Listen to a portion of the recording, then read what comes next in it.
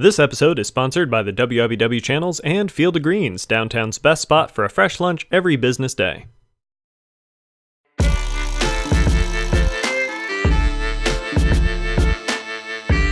Welcome to Talk About Topeka. I'm Chris Schultz. Tonight we're joined by Jeanette Wiens from Harvesters. It's a fantastic organization that moves a tremendous amount of food for Kansans in need. She also brought Michael Allen from the Mulvane Art Museum to talk about Canstruction, a joint venture to promote the arts and fight hunger.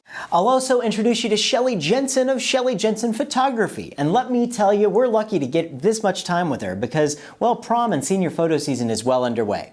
And because I like you, I'll spare you the horror of my senior pictures. So with that, it's time to get our show underway as well. You might notice a few things look a little different. It's because, well, we have a brand new studio.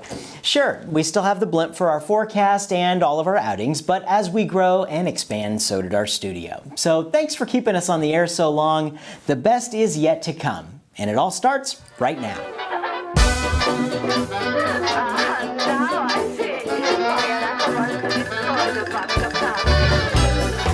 Well, folks, welcome to the green couch here in our brand new studio, and I'm here with Jeanette Wiens from Harvesters. How are you, Jeanette? I'm very good, Chris. Thank you. Thanks for coming. You know, you guys do a lot of really great things for the Topeka community. Start out just by giving us the elevator speech of Harvesters here in Topeka. Okay. Well, Harvesters has been around this region for about 34 years. Came into existence because a lot of faith-based organizations, social service agencies, and people in the food industry wanted to address the issue of hunger that they saw.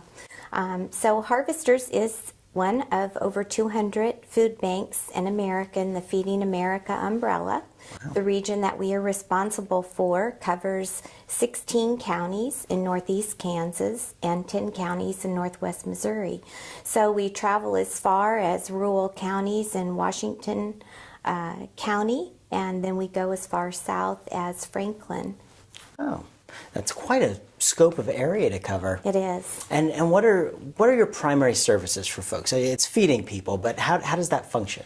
Well, as a food bank, we acquire food, store it, and then we distribute our food that we have through partnerships with agencies, and we have over 620 partnering agencies. Wow.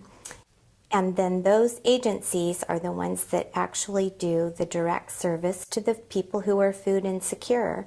We do know that in the region that we serve, that 1 out of 8 individuals is food insecure, which means that they may know where their meal is coming from today, but they may not know where their meal is coming from tomorrow. That's a scary statistic, isn't it? It's very scary because when you think about 1 out of 8 individuals, that means we all know someone.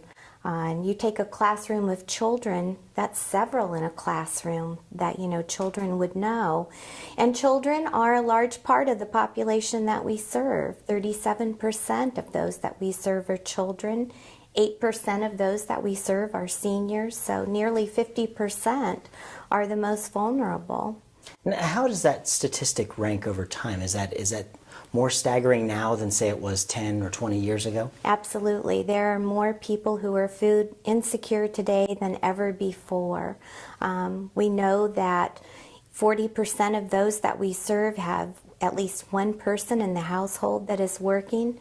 We hear from our partners here in Topeka that the people that they are seeing are the working poor. They're people who simply cannot make it until the next paycheck before they too have to visit a food pantry so that they have something to put on the table for their families. It's just with numbers like that and people thinking about, that could be anybody. Something can happen to someone and you might be riding high today, but tomorrow you may not even know, and you may be one in 8 there. Just kind of shocking to me that's the way the times are, but that's more shocking reason for you to get out and do something to help Harvesters. And how can folks do that? We say that people can give time, so they can volunteer, they can host a food drive, they can always be a voice as well, or they can make a donation. Mm-hmm. So those are the very easy ways, and food drives can be so much fun. And I think today we're going to talk about an event, Canstruction, that is in effect at the end of the event a very huge food drive. That's a very exciting event with art and a great cause. Tell us a little bit about Canstruction. Well, Canstruction is a global anti-hunger project, and it involves architects and engineers, and it showcases their talent because they come together and they build structures entirely out of cans of food and non-perishable food items. It's been going on for 22 years. There are about 100 sites across the United States that host this event, and we're very excited for Topeka to have its first. Our inaugural year. Hopefully the first of many for this. I think it's a great way to have some fun and help some folks out at the same time. So tell us a little bit about how you guys brought it to Topeka. You know, what's the inspiration behind that? Well, you know, in 2010, Harvesters opened a facility here in the Topeka area, and that warehouse that we have here has allowed us to feed more of the food insecure on the Kansas side. We've distributed over 8 million pounds of food just last year in this region. In Kansas City, for 13 years, Harvesters has hosted a Canstruction event. And over that time, the food that has been donated through those structures has provided 324,000 meals in our service area. Wow. So we thought, what a fun event to bring to Topeka. It'll be something fresh. It will allow the Topeka community to talk about the issue of hunger. It will allow us to educate people about it. And then when it's all over, all of the canned goods from those structures will go to the food bank and be distributed to our partnering agencies to help fill the shelves of those pantries that will so desperately need it as we go into summer and children are out of school. And and you guys, you know, you partner with a lot of organizations and have great partnerships with that. How have you been able to build partnerships with folks like the engineers and folks who are going to be participating in this event? Well, you know, we're really lucky, and as you know, in the Topeka community, people have such a big heart. So we have between 350 and 400 volunteers come to Harvesters every month and help us get the packing done so that food does go out to our partnering agencies and gets sent out on those mobile food distributions. So we have gained some friends along the way from some different architecture and engineering firms. And so when we shared this friendly competition idea, well, they were all about it, and I bet they were. We are too. We can't wait to see what they design. Absolutely, that's spectacular. Well, Jeanette, thank you so much for joining us. Thank you, Chris. And coming up, we have Michael Allen. He's been on our show before. He's with the Mulvane Art Museum, and he's working with Canstruction. So, folks, don't go away. We'll have some more about Harvesters and Canstruction with Michael Allen right after the break. Well, welcome back. We just spoke with Jeanette Wiens from Harvesters about Canstruction happening for the very first year here in Topeka. Another guy here, you're no stranger to our couch. It's a new studio, but, you know, some new digs going on. Michael Allen. How you doing, Michael? I'm doing good, Chris. How about yourself? Good, good. Last time you were on, we were talking about Aaron Douglas Art Fair. Yes, and we were. you are an incredible artist around Topeka. You work with the Mulvane Art Museum, and you got involved with Harvesters here with this event. How did that happen? Well, basically through the Mulvane. Harvesters came to the Mulvane as a potential host, which, by the way, we are so excited to be the host of the first ever Canstruction event in Topeka, Kansas. We have space for 7 structures in our main floor galleries. So not only will it be a competition of sorts, but it's also going to be an exhibit. A lot of these are works of art. There are lots of categories that they can win as far as best design, best meal, structural integrity, the best use of labels. And I think that Jeanette had provided you with some images from the Kansas City events. Yeah, so you never know what it's going to be. So again, we're totally excited to be hosting this at the Mulvane.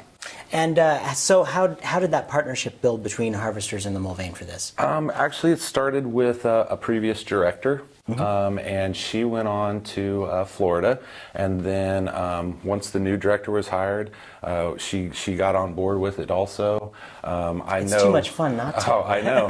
I know that the director that is at the museum in Florida actually took the idea to Florida and has already hosted a Canstruction in Florida, which is kind of cool too. Very cool. So our Topeka connection is outreaching on that one. Something that they brought brand new down there to do that started here, even though ours hasn't happened yet at this point. But yeah, so it was just a Mulvane staff, curator, director, myself as preparator, meeting with Jeanette and the Kansas City people. Jeanette and I last year got the opportunity to actually travel to Kansas City, watch the build-up, watch the event unfold and whatnot, so that we could bring that knowledge back to Topeka to kind of figure out how to structure our own event. Speaking of the build-up, that is going to be held May 31st, and teams will have 12 hours to complete their constructions. They start at 8 o'clock in the morning. They must be finished by 8 o'clock at night. They work in a 10 by 10 space, and in the Mulvane they can only go 8 feet, which is just a little bit under the Canstruction guidelines. As Jeanette mentioned, this is a global, international, national competition, so there are sets of rules that they must follow. They can't tear up the labels because that food does get distributed.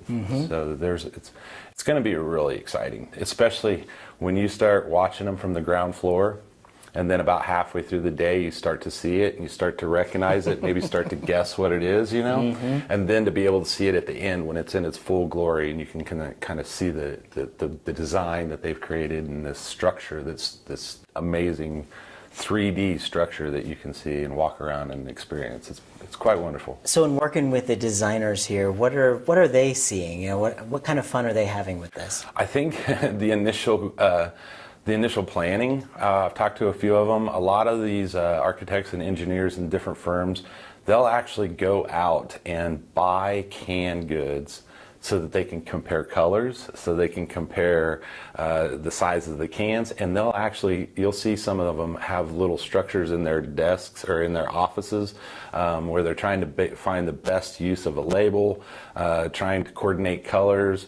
It's really cool that I think designing it, the build has got to be fun. Obviously, I've never done that part of it, but I think just that whole process of coming up with what's going to work best. Yeah. Well, folks, you need to be checking out Canstruction. When are those people going to do that this year? The actual official preview party award ceremony will be held on the first Friday of June 6th. Easy enough to remember. Easy enough. Put in the calendars. That's on the. That's actually the night before the Mulvane Art Fair. Okay. Which you might have heard of also. It's a huge thing. It's huge. 90 artists, 13 states. So it'll be the night before the fair. So it's a nice lead into the fair. Harvesters is also going to have a booth at the fair. So you can pick up information about the Canstructions. Come visit us at the museum. Visit us at the fair. It's going to be a wonderful time. And this sounds like a whole lot of fun, but hunger is not fun, and that's why Harvesters needs your help, whether it's with Canstruction or whether it's through your donations, whether it's for your time or money. Get involved with Harvesters, folks. Check out the website right here, and it's up above us. Yeah, right? See, just act surprised. It's great.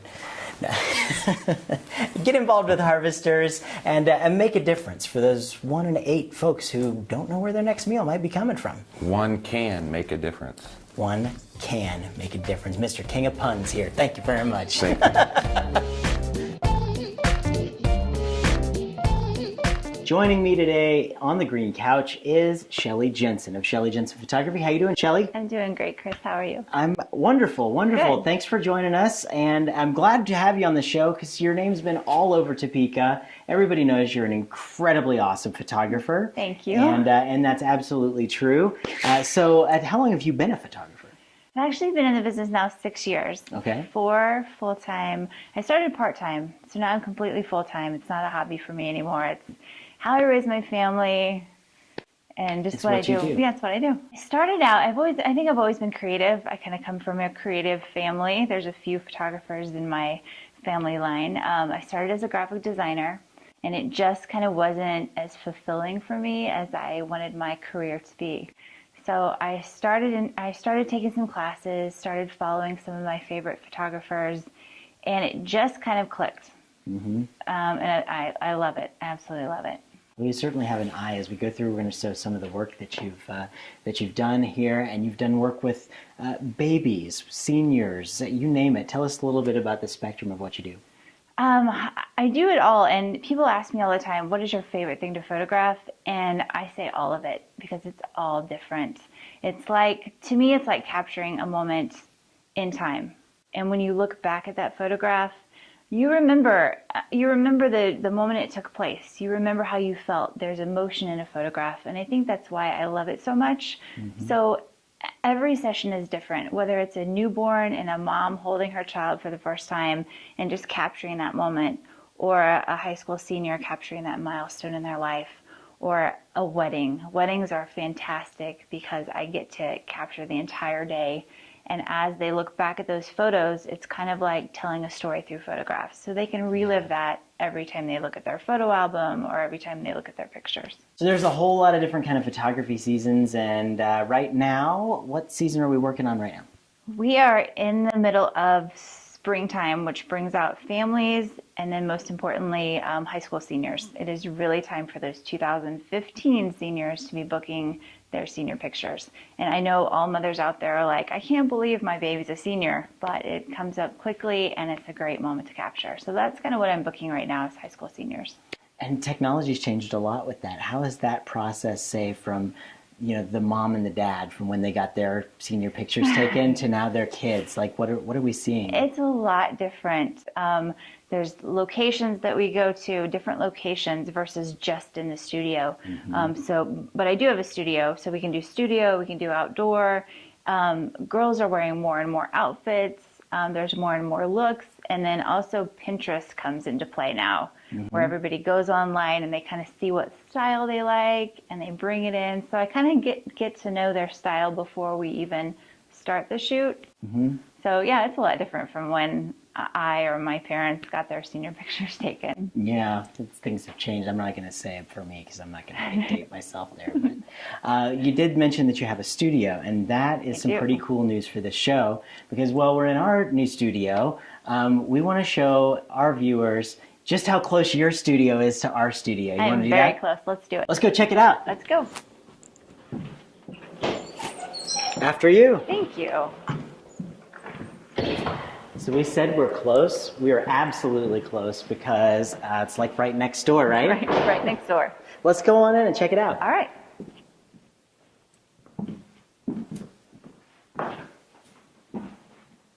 Fun stuff. Yeah, this is kind of the shooting area. This is where the subjects are. We've got different backgrounds, we've got these old doors, different props, different chairs. So this is where people come when they want a studio session. Studio sessions typically happen when they're little bitty kids or when we've got this Kansas weather that's so unpredictable. And you're in the downtown area, and there's a lot of cool scenes down here. Is that something that kind of drew you to this area? Yes, there's the old, the urban alleyways, there's Capitol building, there's just the streets of downtown. So there's always some hustle and bustle going on, and there's always also people willing to help you. If you've got a child that you're trying to get to smile, there's always somebody on the street that's going to help you, make that little kid laugh. So it's great being downtown. Yeah, and we love having you right next door to us here. So, folks, this is Shelley Jensen with Shelley Jensen Photography. Tell folks you had a website. I do. It's shelleyjensen.com. That's SHELLEYJENSEN. Oh, it's right above our heads, right over here, isn't it? Is it? No, I think it's over there. Oh, there you go. Shelley, thank you so much for joining us on the show. And folks, check her out. She is an incredible photographer. I can't give her any more praise because you're really great. You've got some wonderful work here, Shelley. Thank you so much. Thanks a lot.